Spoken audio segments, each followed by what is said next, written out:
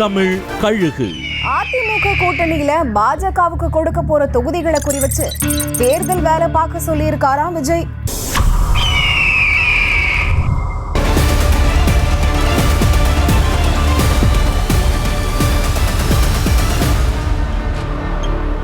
மேடைகள்ல பாஜகவை விஜய் விமர்சிக்கல அப்படிங்கிற குற்றச்சாட்டுகள் இன்னமும் முன்வைக்கப்படுற நிலையில களத்துல பாஜகவை வீழ்த்த விஜய் போடுற கணக்கு வேற மாதிரியா இருக்கு.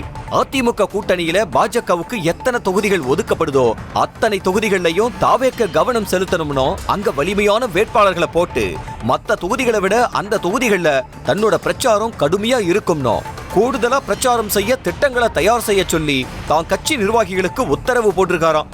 ஆனா விஜய் மேல கடுமையான விமர்சனங்களையோ தாக்குதல்களையோ பாஜக செய்யக்கூடாதுன்னு தமிழக பாஜகவுக்கு பியூஷ் கோயல் போட்டிருக்கிற உத்தரவிலேயே விஜய் சந்தேகப்படுறாராம்.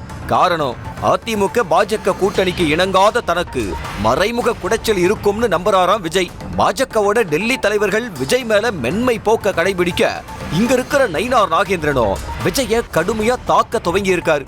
தமிழ்நாட்டுல பாஜகங்கிற கட்சியே இல்லங்கிறத நிரூபிக்கிறதும் தன்னோட இலக்குன்னு இறங்கி வேலை செய்ய போறாராம் விஜய்.